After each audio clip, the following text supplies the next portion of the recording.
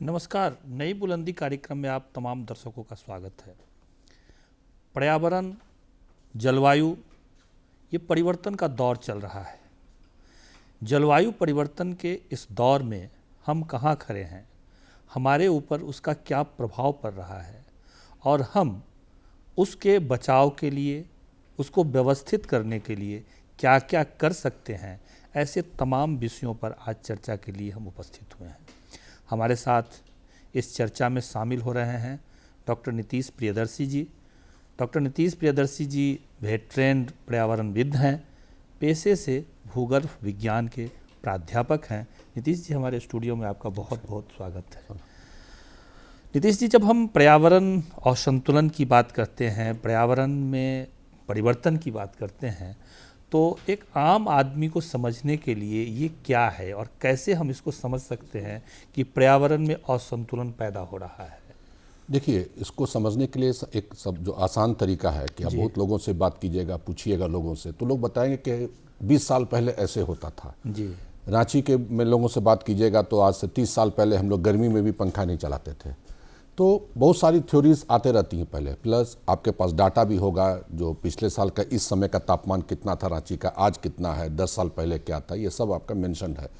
तो इस तरीके से हम लोग ये जानने की कोशिश करते हैं कि जलवायु परिवर्तन, तो आप एक चीज़ समझिए कि जलवायु परिवर्तन और वेदर चेंज, ये दोनों में बहुत बड़ा फर्क है। जी जी जी। वेदर चेंज दिन में कई बार हो सकता है, जलवायु परिवर्तन आपका साल में 5 साल 10 साल में जो परिवर्तन दिखता है। जैसे अभी आप मौसम देख रहे हैं, लास्ट ईयर ऐसा मौसम नहीं था, प्रचंड गर्मी थी। अब क्या हो रहा है कि थोड़ी सी गर्मी हो रही है, बारिश। ये केवल रांची का ही नहीं, ये पूरे झारखंड में और उत्तर भारत में, दक्षिण भारत में ये प्रक्रिया चल रही। तो कहीं ना कहीं परिवर्तन हो रहा है और जलवायु तो परिवर्तन होता ही रहेगा। जब से पृथ्वी बनी है तब से जलवायु परिवर्तन हुआ है।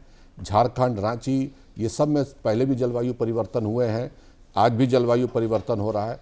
तो आज जो करोड़ों साल पहले जो जलवायु थी वो आज नहीं है, आज जो होगी, हो सकता है आने वाले समय में ये लाखों साल फिर लौट के आए। हिमयुग भी आ सकता है, ग्लोबल वार्मिंग हो रहा है, प्रचंड गर्मी पड़ रही है, बहुत कुछ हो रहा है। तो ये जलवायु परिवर्तन को हम लोग उसी को मानते हैं और हमारे किसान भाई लोग इस चीज़ को आसानी समझ सकते हैं जब वो खेती करते हैं। जी जी। तो खेती पर क्या प्रभाव है वो जलवायु परिवर्तन को इसे जोड़ के देखते हैं कि बारिश होनी चाहिए, नहीं हुई, ओलावृष्टि हो रहा है, बहुत कुछ हो रहा है, गर्मी, तापमान वृद्धि हो रही है, वो किसान ज़्यादा इसको झेलते हैं।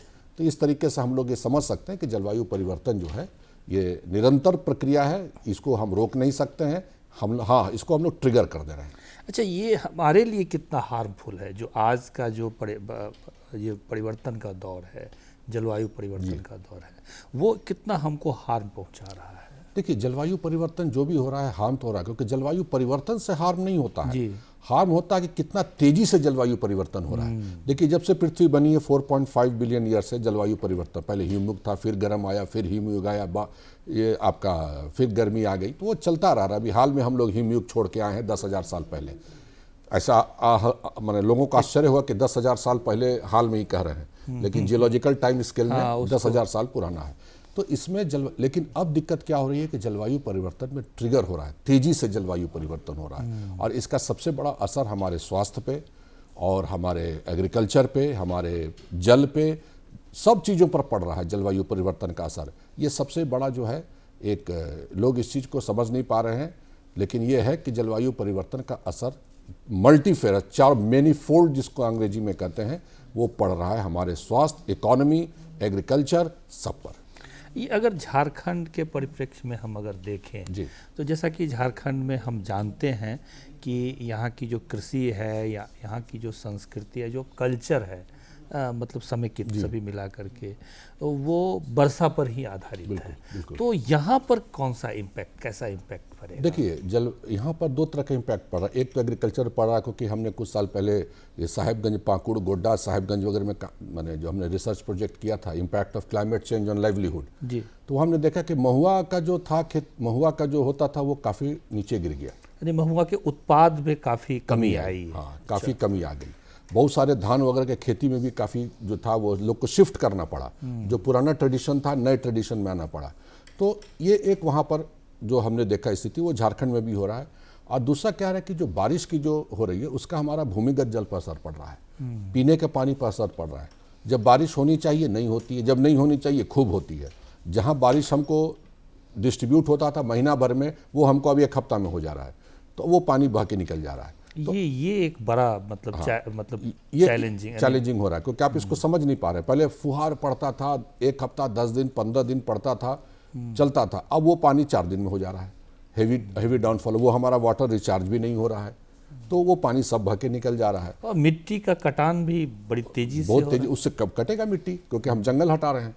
तो आप जंगल भी हटाइएगा, मट्टी भी काटिएगा, मट्टी, क्योंकि झारखंड की मट्टी, आपको चीज़ बता दें कि झारखंड की मट्टी यहीं से बनी है, यहीं के चट्टानों से। अब बनने में करोड़ों साल, लाखों साल लगते हैं।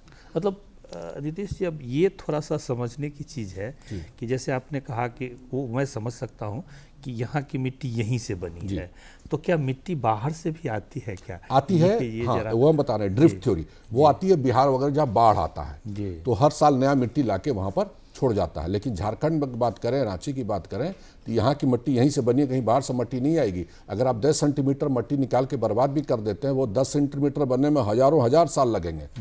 तो मिट्टी की बहुत कीमत चीज़ है। तो जलवायु परिवर्तन जो हो रहा है, जैसे बारिश का नहीं होना, जंगल हटा देना, जंगल हटाइएगा तो यहाँ के क्लाइमेट पर असर पड़ेगा ही। जो रांची का लोकल क्लाइमेट होता था, वो जंगल से, नदियों से, तालाबों से गाइडेड होता था, अब वो खत्म हो रहा है। जो गर्मी हमारी पड़ती थी रांची में पहले, जहाँ तापमान आपका 35 के ऊपर गया, बारिश हो जाती थी, वो ट्रेंड अब धीरे धीरे गड़बड़ा रहा है। क्योंकि ये जो ट्रेंड आप देख रहे हैं रांची में ना, ये पूरे भारत में चल रहा है, ये उसमें हो रहा है। लेकिन रांची का अपना एक मौसम होता था, जिसके लिए इसको ग्रीष्मकालीन राजधानी कहा गया था, कि गर्मी में भी यहाँ मौसम सुहाना होता था।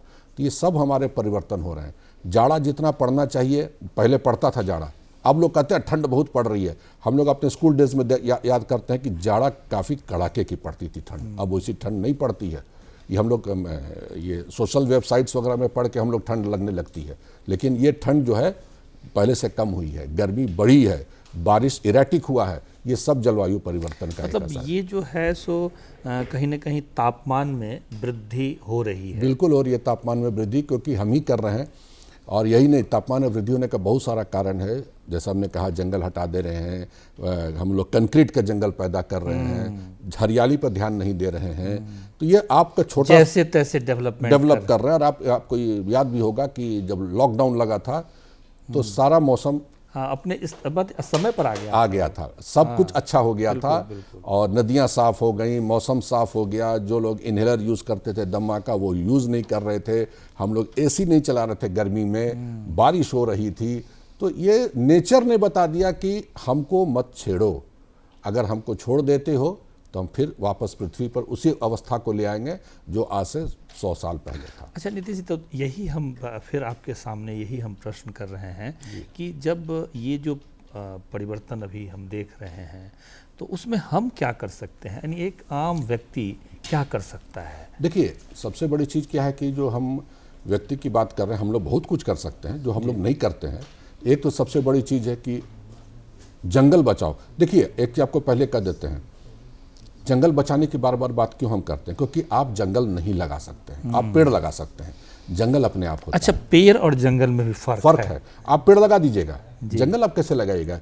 एक एक कीड़ा मकोड़ा, छोटे घास पौधे, हर्ब्स, श्रब्स एंड ट्रीज कहाँ से आप लगे? इतना मेहनत है आपके पास? वो पूरा एक ऑर्बिट है जंगल, ऑर्बिट है उस जंगल का, उसको आपको बचाना है, जंगल को रोकना है। क्योंकि जंगल अगर नहीं रहेगा तो बारिश नहीं होगी, जंगल नहीं रहेगा तो जो ऑक्सीजन की गड़बड़ी हो रही है वो भी आपको गड़बड़ाएगा, CO2 बढ़ता जा रहा है। और आजकल तो हम लोग देख रहे हैं मनुष्य के शरीर में जो आजकल स्थिति आ रही है, मनुष्य में शरीर का CO2 लेवल बढ़ रहा है, जिससे उनको कई प्रकार की बीमारी आ रही है, क्योंकि चर्म रोग वगैरह हो रहा है, सब हो रहा है। तो अब है कि पीने का पानी बढ़िया नहीं मिल रहा है। देखिए, धरती से पानी कहीं नहीं जाएगा, लेकिन हमको पीने योग्य पानी चाहिए, और पीने योग्य पानी मिलेगा बारिश से। बारिश किससे होगा? जंगल से होगा।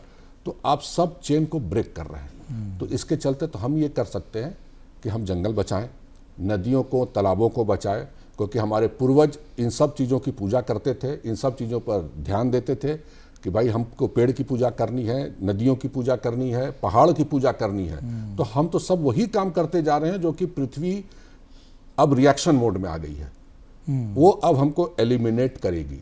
क्योंकि अगर हम धरती के नियमों को पालन नहीं करते, आप पहाड़ तोड़ देते हैं, जंगल हटा देते हैं, नदियों को सुखा देते हैं, तालाब कर रहे हैं। झारखंड में बहुत सारी छोटी छोटी नदियां तो विलुप्त हो गई। तो आपको कुछ रहेगा ही नहीं प्रकृति के नियम के अनुसार। तो आप फिर हम क्या बात करेंगे? इन सब चीज़ों कर सकते हैं। वेस्टेज ऑफ वाटर, जो पानी का होता है, उसको हम रोक सकते हैं, बचा सकते हैं। बचाइए आप।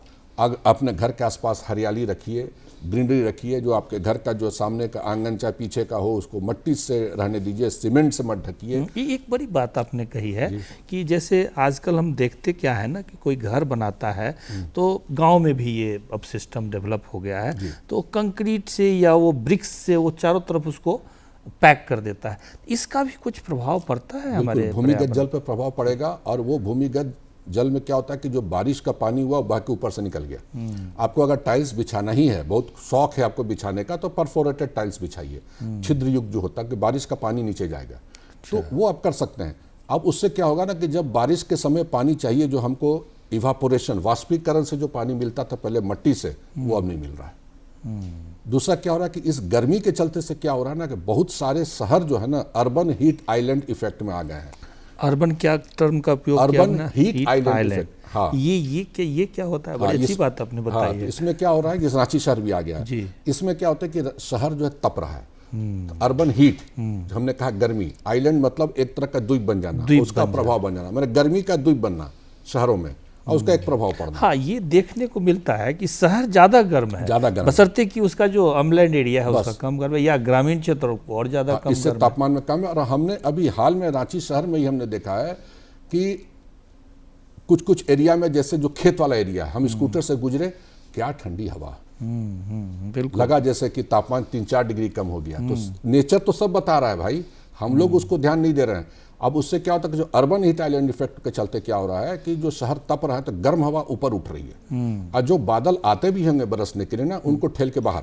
अच्छा, इसीलिए अक्सर ये देखा जाता है कि शहर में बारिश भी कम हो रही है। बाहर के देखिए जहाँ ग्रीन बेल्ट है वहाँ बारिश हो रही है। तो अब सवाल उठता है कि इस चक्कर में भी शहर आपका तप रहा है। और दूसरा क्या हो रहा है कि जो शहर तप रहा है तो जो गर्म हवा है वो ट्रैप हो जा रही है यहाँ के गलियों में, मोहल्लों में, इसमें, और घर भी तप रहा है। तो कहीं ना कहीं तो इसका परिवर्तन तो देखने को मिलेगा। जो जहाँ रांची का तापमान 35 के ऊपर कभी जाता नहीं था, कभी कभार गया था 38-39, अब ये अक्सर 40 पहुँचा रहता है। तो ये ट्रेंड जो है ये भी एक गड़बड़ है। इसका इफेक्ट जो है हमारे क्लाइमेट पर पड़ रहा है, जलवायु पर पड़ रहा है, गर्म हवा का जो भी है स्थिति हो रहा है। क्योंकि आप रांची के आसपास जंगलों में भी घूम के देख लीजिए, जंगल में आप घुसिएगा तो अभी उमस लगेगा, लेकिन जंगल के आसपास अगर आप जा रहे हैं, गुजर रहे हैं शाम को चाहे दिन में, तो आपको एक ठंडी हवा का झोंका, क्योंकि पेड़ भी अभी इवेपो ट्रांसपिरेशन करता है, पेड़ भी अभी अपना पसीना छोड़ता है, तो उसके उससे संपर्क में जो हवा आती है वो ठंडी होते हुए आपके पास आती है। जंगल मत जाइए, जंगल में भी आपको उमस लगेगा। उमस क्यों है?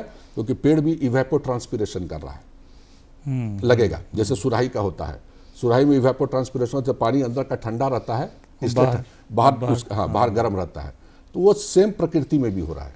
तो उसको इसलिए हमने कहते हैं जंगल बचा लो, हरियाली को बचा लो। ये सब छोटा छोटा काम हम लोग कर सकते हैं कि आप अगर बचाते हैं तो मुझे लगता है कि जलवायु परिवर्तन तो होगा, लेकिन उसमें थोड़ा धीमापन आ जाएगा, तेजी से नहीं होगा जो अभी हो रहा है, और हमारे ऊपर उसका इफेक्ट भी कम हो जाएगा धीरे धीरे। क्योंकि जिस तरह की महामारी बीमारी फैल रही है, जो रांची में कभी नहीं होता था, यहाँ आ गया है कि मच्छरों का भी इस गर्मी के चलते प्रभाव, डेंगू होना, चिकनगुनिया होना, और यहाँ देखिएगा कि जो पोल्यूशन होना, क्योंकि नेचुरली कि पोल्यूशन भी एक इफेक्ट करता है क्लाइमेट चेंज को, सब कुछ है, क्योंकि उसमें ग्रीन हाउस गैसेज वगैरह आ रहे हैं, तो आपको कहीं ना कहीं इफेक्ट जो है वो कर रहा है, आपके लंग्स को, भीतर दिमाग को कर रहा है। तो अभी हर घर में बीमारी है, और आपके खर्चे का, आपकी कमाई का सबसे ज़्यादा 10 से 15% खर्चा तो दवाई खरीदने में चला जाता है। तो कहीं ना कहीं ये सारा सिस्टम जो है, क्लाइमेट चेंज का असर हम पर दिख रहा है, चिड़ियों पर दिख रहा है। माइग्रेटरी बर्ड्स जितने आते थे हमारे रांची में, अब नहीं आते, कम आते हैं। बिल्कुल, ये सब ट्रेंड जो है वो दिख रहा है जी। तो नीतीश जी, जब हम ये बात करते हैं कि चलिए पेड़ नहीं काटेंगे या जंगल बचाएंगे या शहर मतलब डेवलप नहीं कर पाएंगे, तो फिर हम डेवलपमेंट का क्या करेंगे? हाँ, वो जरा सोचना भी पड़ेगा ना। जी, तो वो जरा उसमें कैसे हम संतुलन बनाएं? देखिए, अर्बन डेवलपमेंट, अर्बन जो आपका हम लोग करते हैं, अर्बन को डेवलप करना, गांव में तो अपना डेवलप होते रहता है, वो ठीक है। शहर आप बसा रहे हैं, जो भी कर रहे हैं, आपको हमेशा एक दिमाग में रखना होगा कि हमको हरियाली भी साथ लेके चलनी है। क्योंकि हम लोग एक टॉपिक पढ़ाते हैं, एनवायरमेंटल इम्पैक्ट असेसमेंट। तो अगर आप जहाँ पर नया शहर बसाने जाइएगा, तो वहाँ जाके पहले आप सर्वे कर लीजिए कि अभी क्या स्थिति थी और 50 साल पहले वहाँ की क्या स्थिति थी, और जब हमारा शहर तैयार होगा तो क्या स्थिति हो जाएगी। तो जो क्या स्थिति का जो खराब रूप आएगा उसको हमको अलर्ट रहना होगा कि भाई हम रोड तो बनाएंगे, हरियाली छोड़ देंगे, पेड़ छोड़ देंगे, पेड़ रहेगा, बगीचा रहेगा, गार्डन रहेगा, तो उससे क्या हो जाएगा कि आपका एक तरीके का जो हमारा वातानुकूलित जो माहौल रहेगा वो थोड़ा बहुत मेंटेन रहेगा। क्योंकि अगर आप केवल मकान बनाते चले जाइएगा तो फिर हरियाली आएगी कहाँ से? तो हरियाली और नहीं बिना आएगी। मतलब का पेड़ काट देते हैं हम। कोई मतलब नहीं है पेड़ काटने का। आप पहले से प्लान होके चलिए ना। और अभी आप देखिएगा पेड़ों के साथ, आप देखिएगा अगर आप रोड पर जा रहे हैं, आप देखिए कि सारे पेड़ों का झुकाव रोड की तरफ होता है। रोड की तरफ होता है, बिल्कुल। ठीक है, बहुत से नहीं जान पाते क्यों झुकाव हो रहा है। पेड़ बता रहा है कि कुछ गड़बड़ है। क्यों? क्योंकि उसको चाहिए CO2, और जो गाड़ी चल रही है ना वो CO2 छोड़ती है, तो पेड़ उस CO2 को लेने के लिए झुकते ही है रोड की तरफ। अच्छा, उसमें भी आत्मा तो है ही हाँ, ना। अरे लाइफ है वो भाई, लाइफ जगदीश चंद्र है। बसु ने पूरा किया, लाइफ है। और आप घर में पेड़ लगाइए जहाँ सूरज नहीं आता हो, और देखिएगा आप पेड़ उसी तरफ घूमेगा जहाँ सूरज की रोशनी आ रही है। तो ये सब इंडिकेटर्स हैं कि आपका नेचर भी इंडिकेट करता है, प्रकृति भी इंडिकेट करता है कि मौसम में बदलाव आ रहा है, और उसको हम लोग को समझने की ज़रूरत है। और इसी नाते हम लोग बार बार कहते हैं कि नेचर के साथ रहो। नेचर, बच्चों को तो मैं कहता हूँ बार बार, यहाँ के बच्चे ये जानते हैं कि रिवर थेम्स कहाँ है, लेकिन उनके गांव में कौन नदी है वो नहीं जानते हैं। नहीं जानते हैं, बिल्कुल। ये बहुत बड़ा दुर्भाग्य है। तो हमने कहा कि भाई बच्चों को, क्योंकि आने वाला समय बच्चों का है, बच्चों को जंगल घुमाइए, नदी पहाड़ दिखाइए, उनके बारे में कहानी बताइए। ये हमारे यहाँ पहले कहानी होती थी, बिल्कुल होती वगैरह थी, में बिल्कुल होती थी। सारी कहानी जंगल से शुरू होती थी। जंगल से शुरू होती थी। तो अब वो कहानी सब कहाँ चली गई? और हम लोग उस कहानी को पढ़ते थे, इमेजिन करते थे कि हम जंगल में। नहीं तो आने वाले समय में जिस तरीके से हमारा क्लाइमेट चेंज हो रहा है, तो जंगल, जानवर, पहाड़ सबको अब हम फोटो में देखेंगे, क्योंकि सब धीरे धीरे गायब हो रहा है। और अभी आप समाचार देख रहे होंगे जलवायु परिवर्तन जो हम लोग गड़बड़ कर रहे हैं जंगल हटा के, कि बाघ, शेर अब खूंटी, हाँ, अभी तो शहर में एक शहर में खबर इंटर आई कर है। रही है, भोजन चाहिए उनको। एक खबर आई है अभी कि चल रही रांची लगातार, कैमलैंड हाँ, एरिया बुंडू में में बाघ भी, देखा और गया। आपका खूंटी में, नामकुम में देखा गया। तो अब इस तरह के सारे ट्रेंड आ रहे हैं कि हम जंगल हटा रहे हैं, बहुत कुछ हो रहा है, उनका जो नेचुरल आवाज़ था वो खत्म हो रहा है। तो आपसे तो खाना मांगने आएंगे ही वो। तो अब इसी का इंडिकेशन है कहीं ना कहीं हम लोग बहुत कुछ परिवर्तन मनुष्य जो है वो कर रहा है इन सब चीज़ों में। अब बहुत सारी चीज़ ऐसे भी होती है जिनके बारे में हम लोग को जानकारी नहीं होती है, वो धीरे धीरे होता रहता है। जैसे आज हम लोग जंगल में आग लगा, महुआ चुनने में जंगल में आग लगा दी है। आप तो महुआ चुनते हैं, वो पत्ता हटा के भी देख सकते हैं, उसके लिए आपको पूरे पत्ते में आग लगाने की क्या जरूरत है? नहीं, अब हमको लगता है कि झारखंड सरकार ने इस पर बड़ा ध्यान दिया है और जाली प्रोवाइड करवा रही है ज़्यादातर लोगों को। लेकिन जब तक लोगों में जागरूकता नहीं आएगी ना, क्योंकि सुदूर गांव सब में भी कहाँ कहाँ आप जाली पहुंचाइएगा। तो वहाँ कहा गया था कि भाई आप पत्तों में आग मत लगाए, क्योंकि पूरा जंगल का जंगल साफ हो रहा है, इतना CO2 रिलीज हो रहा है आपके उसमें। तो इस सब फैक्टर तो है। जंगल का फायर, फॉरेस्ट फायर सबसे बड़ा इंपॉर्टेंट है। आग लगाना सबसे बड़ा क्राइटेरिया है इस गर्मी को पैदा करना। इतने व्हीकल्स बढ़ते जा रहे हैं शहरों में, ट्रैफिक जैम लग रहा है, वो सारा CO2, carbon dioxide, carbon monoxide, जितने चीज़ हैं सब वातावरण में आ रहे हैं। तो क्लाइमेट तो चेंज होगा। अच्छा, जैसे आपने बताया कि जंगल को बचाना है, पेड़ को भी लगाना चाहिए। कहीं ना कहीं हम अगर गार्डन में हैं, कहीं हैं, घर बना रहे हैं, तो जंगल बचाना और पेड़ लगाना। ये और क्या क्या हम कर सकते हैं? जैसे आपने कहा कि गाड़ी बहुत हो गई है, तो क्या गाड़ी पर भी लगाम लगाना नहीं, चाहिए? गाड़ी पर लगाम मत लगाइए, लेकिन उसका जो पब्लिक कम्युनिकेशन सिस्टम है उसको आगे लाइए जी। जो ऑस्ट्रेलिया, न्यूजीलैंड में होता है, लोग गाड़ी कम निकालते हैं, बसेज आती हैं और बैटरी ऑपरेटेड बसेज होती हैं, लोग उसमें बैठ कर अपने ऑफिस जाते हैं, मार्केटिंग करने जाते हैं, गाड़ी अपना कम से कम निकालते हैं। तो पब्लिक कम्युनिकेशन अगर बढ़ेगा तो लोग अपनी गाड़ियों को कम निकालेंगे। अब तो हमारे यहाँ तो सोशल स्टेटस हो गया है कि भाई एक ही घर में 3-3 गाड़ी है, सबका अपना अपना। एक गाड़ी से जहाँ काम चल सकता है, लेकिन वो हो गया 3 गाड़ी हम रखे हैं, 2 गाड़ी रखे हैं। तो उससे क्या फ़ायदा हो रहा है? आप गाड़ी निकाल रहे हैं तो उसमें एक भाई अलग गाड़ी ले जा रहा है, एक भाई अलग ले जा रहा है, ये अलग जा रहा है, तो सब तो आप देते जा रहे हैं। उसमें भी एक और हो जाता है कि जहाँ पर मोटरसाइकिल से काम चल जाए, साइकिल से काम चल जाए, वहाँ हम कार से जा रहे हैं। नहीं, आप मोटरसाइकिल भी चला रहे हैं। हम तो कहते हैं अपने मित्रों को भी, स्टूडेंट्स को भी कहते हैं, भैया 1-2 किलोमीटर जाना है, पैदल जाके ले आओ सामान। क्यों निकाल रहे हो स्कूटर और मोटरसाइकिल? बिल्कुल, जाओ पैदल लेके आ जाओ। तो ये सब चीज़ बहुत छोटी छोटी चीज़ें हैं। साइकिल को बढ़ावा दीजिए, क्योंकि जितना हमारा ग्रीन हाउस गैस कम इमिट होगा उतना ही फ़ायदा। अब देखिएगा चारों तरफ आप बात कर रहे हैं ना, जैसे हमने कहा कि माइनिंग हो रहा है, कोल माइंस है, सब माइनिंग है, सब में आग लगा हुआ है, तो सबका तो इफेक्ट जा रहा है ना। तो वो क्या होता है कि वो इफेक्ट धीरे धीरे वातावरण में घुलता रहता है। वो समय लेता है। आप जितने धनबाद चले जाइए, कहीं भी आप चले जाइए, माइंस एरिया में तप रहा है शहर कोयला के चलते। आप कोयला जिस कोयला को धरती ने आज से करोड़ों साल पहले पर्मियन एज में नीचे दबा दिया था, हम उसको उभार के फिर ले आए, फिर ऊपर ले आए, ऊपर उसको उपयोग कर रहे हैं। तो धरती तो अपने को उपाय सब करती है अपने को बचाने की, आपको भी बचाने की कोशिश करती है। लेकिन अगर हम उस चीज़ को नहीं समझेंगे चीज़ों का, क्योंकि देखिए कोयला वगैरह का आप छोटे कंट्रीज में देखिए, जर्मनी वगैरह में कोयला बिल्कुल बंद हो गया, वहाँ सब अब सोलर ऊर्जा पे चला गया है। लोग हमसे बात हुई थी तो उन्होंने कहा था कि इंडिया भी बहुत बड़ा कंट्री है, इसको पूरा सोलर में लाने में अभी समय लगेगा। कोयला की अभी सारे जो हमारे चलते, तो जहाँ भी आप देखिएगा सिविलाइजेशन जो हम लोग का ना है, डेवलपमेंट के नाम पे हम नेचर को बिल्कुल इग्नोर कर दे रहे हैं। ये बहुत बड़ा एक घाटा हो रहा है। अच्छा डॉक्टर साहब, इधर एक और नई चीज़ बात आई है कि जहाँ सोलर सिस्टम बढ़ रहा है वहाँ तापमान बढ़ जा रहा है उस सोलर पैनल के कारण, ऐसा भी कुछ है? अभी तक आया, लेकिन उसको कोई पुख्ता रिजल्ट अभी नहीं आया। अभी लोग एनालिसिस कर रहे हैं कि जो सोलर पैनल हम लोग जहाँ भी लगा रहे हैं, जो तप रहा है, जो रिफ्लेक्ट करता है वापस, तो उसके चलते गर्मी आ रही है। क्योंकि देखिए कुछ भी आप कीजिएगा उसका इफेक्ट तो नेचर में आएगा। बिल्कुल। और हम पुराने 500 साल पहले की स्थिति में नहीं जा सकते, क्योंकि हम लोग का लाइफ स्टाइल बदल चुका है। अब हमको ये करना है कि इलेक्ट्रिसिटी का मिसयूज नहीं हो, आप कम से कम मिसयूज कीजिए। जो हम लोग होता क्या है कि सब जगह लाइट जला दिए, 24 घंटा लाइट जल रहा है, ठीक आप बिजली बिल दे रहे हैं, लेकिन आप नेचर के साथ भी खिलवाड़ कर रहे हैं। और आपको इसके लिए ज़रूरी है कि जैसे बिजली का उपयोग कब करना है, क्योंकि वो थर्मल पावर पर प्रेशर पड़ता है। अभी जैसे गर्मी चल रही है, थर्मल पावर पर प्रेशर पड़ेगा, ज़्यादा से ज़्यादा बिजली उत्पादन करने के चक्कर में ज़्यादा से ज़्यादा कोयला देगा। तो अब क्या स्थिति है कि वो सारा एटमॉस्फेयर में हमारे आ रहा है। क्योंकि अब आपको एक चीज़ बता दें जी, CO2 जब एक बार एटमॉस्फेयर में आ जाता है, उसकी आयु होती है 120 वर्ष। अच्छा, 120 साल तक यहीं रहेगा अगर वो कंज्यूम नहीं हुआ तो। मीथेन गैस ये 20 साल रहता है एटमॉस्फेयर में।